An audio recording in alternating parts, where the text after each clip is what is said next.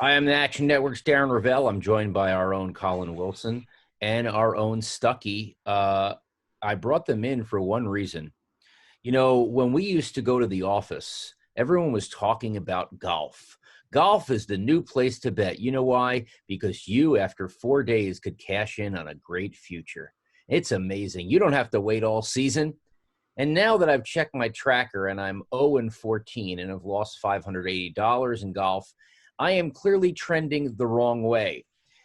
This was exacerbated by everyone in the office or in our virtual office celebrating their Webb Simpson and Harold Varner round one wins this Betting past, golf is easy. which is pissing me off. So, Stuckey, is it true that you have made one bet on golf and it was Webb Simpson to win last week? I bet on like the Masters before. I'm not a golf bettor. But yeah, I had Webb Simpson to win last week. And I had two other futures too. So, I mean, I guess I'm 1 for 3. But, you know, I'm a completely recreational golf bettor. We have a ton of smart people at the company that know a lot about golf. I cannot fit any more sports on my plate. So I will tail occasionally when there's nothing going on like right now. But I can relate in that tennis is pretty similar, right? Tennis is one of my favorite and best sports betting. And that's, you know, you can have a week or, you know, with slams 2 weeks when you have a big field and you don't have to wait an entire season and you can cash long shots, especially in the WTA. So I do have a lot of experience with tennis where there's a lot of parallels there. But yeah, completely recreational golf bettor. Very lucky with Webb Simpson last week. I'll take it. All right, Collin, what is fool's gold and what is real gold? Well, first, I'd like to disagree with Stuckey about tennis kind of being like golf gambling, because with tennis, you can feel the momentum shift. Like when Serena's going to lose a set, she'll just give the rest of the set of the way. With golf, it can come from any time, anywhere, any stroke, where things can completely change. And these guys don't converse with each other one-on-one as like an opponent across a net. So it's a lot different from a gambling. Yeah, we're talking about pre-tournament. He's talking futures. Talking futures. Right. Futures. Yeah. Right. And I think if you're going to bet on golf, I think what people need to realize is if you go to the Action app and you see the way that I've bet golf the last 2 years is you've got to be a great at money management. You have to be very good at money management. If you're going to spend, I'm glad everybody got Webb Simpson, but with 2 holes to go last week, no, you're not. You didn't know if one of the 7 guys in the pool were going to win that. So for those of us that had other golfers in those top 7, or those of us that had a prop on a playoff, you had no clue with 2 holes to go that Webb was actually going to win that thing. And it's been that way for the last couple of weeks. And the equipment's better. The players are better. I think the field has caught up to each other from the elite class. Or, you know, the Abraham Answers and the Collin Morikawis of the world have caught up to the Rahms and the Rorys. They got a little bit to go, but they're getting there, and it makes it tougher to guess an outright winner. So the way to bet golf is not just outrights. It's top 20s. It's matchups, taking guys that are hot versus guys that are cold, or maybe guys that have morning tee times and they have nice, you know, the turf isn't chunked up, the fairway is clear, the putting green is rolling smooth, taking morning tee times versus afternoon tee times. It's better to get in deeper than that than just taking a long-term outright. Okay, so you just mentioned a whole bunch of factors, right? So like in golf, if you're going to bet golf, you know, what happens is someone has a really good week, especially a guy who's good has a really good week, and then the next week they're going to be shorter. So, you know, like Bryson DeChambeau every week getting closer and closer with the thought from the odds makers, or at least thinking that you're going to bet him, that he's got it coming. Right now, there are other factors. There are courses, there's travel, there's whatever. But it seems to me that it seems to be too simplified when I'm looking at the odds for the next week, right? And it seems like, well, why does it seem like everyone who's done good the last week is now up a bit when there should be a million other factors? Is it because golf is supposedly an individual game? But don't courses make a difference? Courses make a huge difference, and odds makers actually play on the public perception more than they do on the course. There you go. That's the answer. Yeah, and they know that somebody's going to come in and bet a whole bunch on Webb Simpson. I knew he withdrew this week, but they're going to come in and bet a whole bunch on Webb Simpson because he just won. But the fact is different courses and different circumstances benefit players. Bubba Watson likes to play where a crowd can't chatter at him. He likes to play on courses because he's a lefty where you can go from right to left. There's just little nuances with each one of the golfers. And then you have to get into the advanced stats with their strokes gained and how how the ball striking is going. There's just so much going on as to if they're comfortable and if they're hot. So to be able to put all that together and pick out one winner to win the entire tournament is one of the hardest things to do. I would consider that in a sports term, trying to hit a 92-mile-an-hour curveball as a baseball player. It's hard to do, really hard. Stuck, how predictive is golf, do you believe, compared to tennis and, say, college football? If something happens, right? If something happens in the near future or in the near past or, relatively recent, how do you think that's going to affect you, realizing you're new, on golf versus the other sports? Yeah, I mean, I'm sure it has an impact in the market, especially the bigger names and, someone like Phil Mickelson, even though he did great today. I'm sure length of the course matters as well, something you got to look at. But I want to go back to something that you said, Darren, is, you're 0 for 14, 0 for 28. Like there's a couple different ways that you can bet golf futures, tennis futures, right? You could have, if you're a professional golf bettor, you have a very advanced model that, presumably can beat the market, right? And if you make a guy, if there's a guy 30-1 in the market, right? Assumed odds of 3.2% chance to win, and you make them 5%, right? You have an edge there. So regardless if you bet if he wins or not, you had an edge on that bet. And a lot of times you'll have a portfolio of bettors that you'll take, and it's not just one. You're not putting all of your eggs in one basket.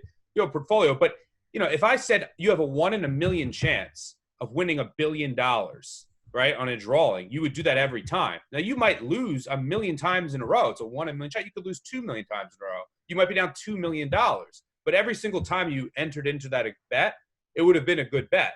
So you can't look at them in totality. You could lose 200 in a row and then win 3 in a row. If you're doing it professionally or, semi-professionally or want to do it seriously, you would have a model.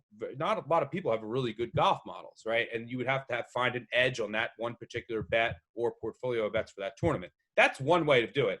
The other way is you could do it for entertainment purposes. And even professional bettors do this. If you want to just throw a flyer in, I like this golfer. I want to put $100 on him to win this tournament. Weekend of enjoyment. It's like going to the bar, going to the movies. It's entertainment. You could throw it. You like this golfer, or hey, you could do it more subjectively. I watch this golfer. I like the way he's playing. I think this course sets up well for his game. I'm just going to throw $50, $100 on him.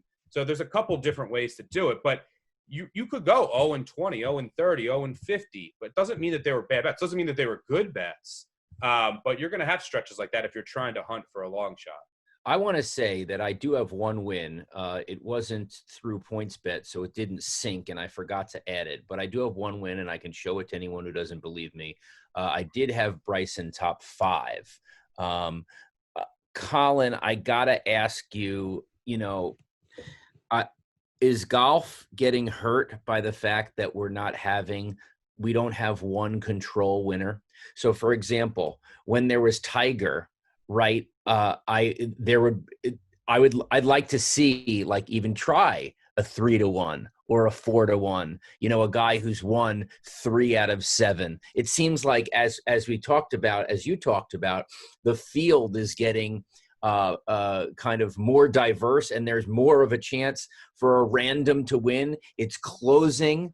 Do you think that's helping golf betting or hurting golf betting? So what you're saying is there'll probably never be a Grand Slam champ. At least we don't see anybody Right. that's enough to be a Grand Slam champ anytime soon. And I think that brings the question is what would Tiger be these days with the kind of talent that is in maybe the golfers that are ranked 20th to 40th in the FedEx standings?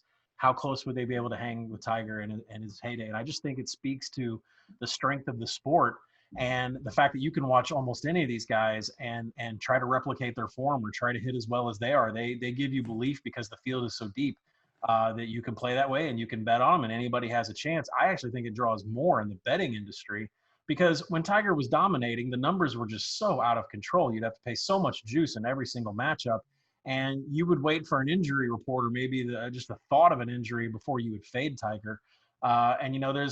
I think it actually helps the sport from a gambling perspective. Now, from an eyeballs view to watch the Masters, if you don't have Tiger on that board, it's going to be less viewership. But from a gambling perspective, I think it offers a bigger portfolio for you to invest. I need to get my Yeah, I need to get my front door. Hold on. Yeah, I agree with that too. With it's that to go back to the comparison to tennis, it's sort of like Serena, and Serena is still very good and a force. When we had women's tennis recently, but she's not in her prime, Serena, when she was the heavy favorite to win every slam. Now the sport is getting better, it's expanding. You're seeing new slam winners all the time. So I would go back to that comparison as well. But let me ask you this: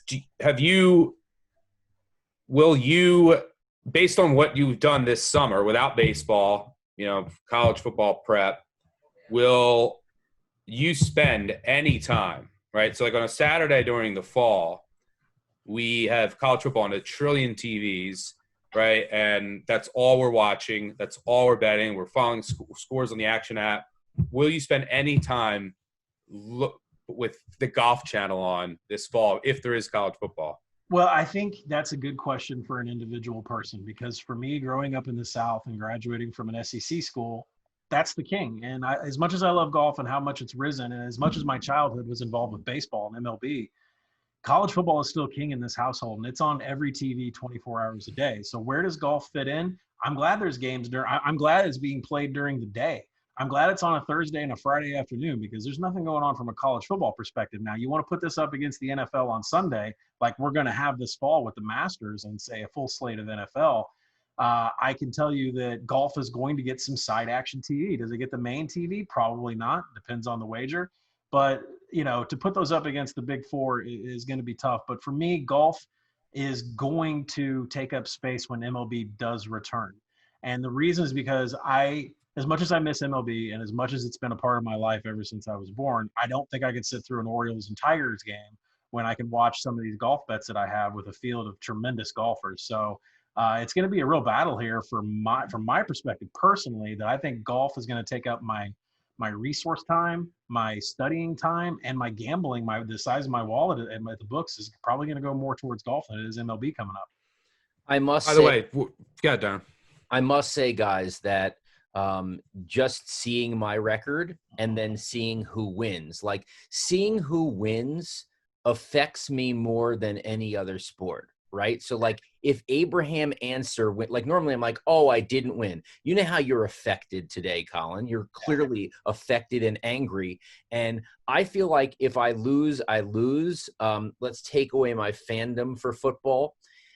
I'm not as affected with any other sport versus golf because of the different variety of winners. And it's starting to affect me because it's my losing plus the different variety. So PointsBet just texted me.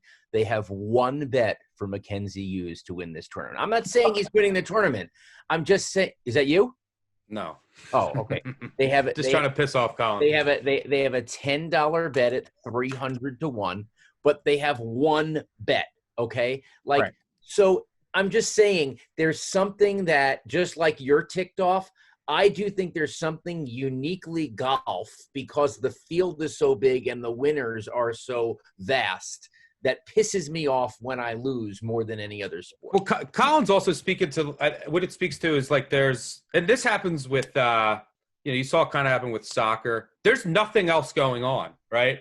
So like everyone is betting golf that hasn't bet golf, including myself, and then I hit. And the people that are like grinding golf are like, are you fucking serious? This motherfucker comes in and then just hits Webb Simpson. But I think ultimately it's good. Collin just meant there wasn't a playoff last week, and that's ultimately all he wanted. But yeah, but on top of that, this is all that's going on. So it's like everything is amplified. It's not like we have a baseball slate in the Sunday to talk about and like all these other sports. And so it's like everything is magnified in the golf world more so than it's ever been. Darren, what's going to get your attention, though, as a personal fan of sports? Are you going to be more involved in the golf betting when MLB comes back? What gets the TV? What gets the wager? How does it go for you? I feel like I'm the best at sitting out at this company. So I believe that I have the ability to sit out. I feel like I don't know enough about golf betting. I think I caught the bug. I caught the bug by the odds, like a lot of people. And I think it's time. As I told you, I'm only down like $580 on golf, so my bankroll was always small. But I would say that I feel like I need to relearn before getting back in, and I clearly don't think I'm going to be picking anyone to win anytime soon. So I am gonna step back from golf. I'm committed to not making a golf bet for the next, say, 2 to 3 weeks. Feel what I need to do. I'm certainly not going to write a golf system or any sort of idea, but I'm going to get a better idea and kind of look back and do my own work. I need to do work. That's what we're about at the Action Network, not just stabbing. And I think I'm stabbing way too much. But like I said, if you're just completely recreational, you want to throw, it's a weekend, there's no sports going on until football comes back, and you want to throw whatever your recreational amount is, 5, 50, 100, just on someone to win because you like a golfer, there's nothing wrong with that, right? As long as you can afford it, and it's entertainment. It's a whole weekend of entertainment for 5, 50, $100. The funny, but the problem in golf is it becomes non-entertainment really quick. Like not if you have Webb Simpson. Well, and I think really what I would like to get across to people that are new to golf, if you ever listen to our college football podcast or you read some of our content on Action, it's heavy into statistical analysis, and golf has to be. I don't see this kind of stuff in football. You have to dig forever to get this stuff in college football. We're talking spin rates, stroke gain, left rough percentage. We got sand saves. We've got what's your course suitability. Gain?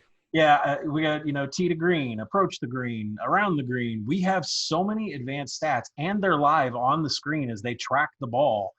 Once they get odds up there next to these balls as they're flying off the tee box, golf has potential to be an analytics nerd's and gambler's best dream. Yeah. We didn't even talk about tee times matter with weather, when you're going awful. I mean, the whole weather, that's a whole nother thing that can come into play as well. You could go on and on. I don't know anything. And we're just scratching the surface. Yeah, well, so I haven't come out of this feeling any better, but I have come out of this knowing what I need to do, which was the goal. So thank you, man. You're welcome anytime.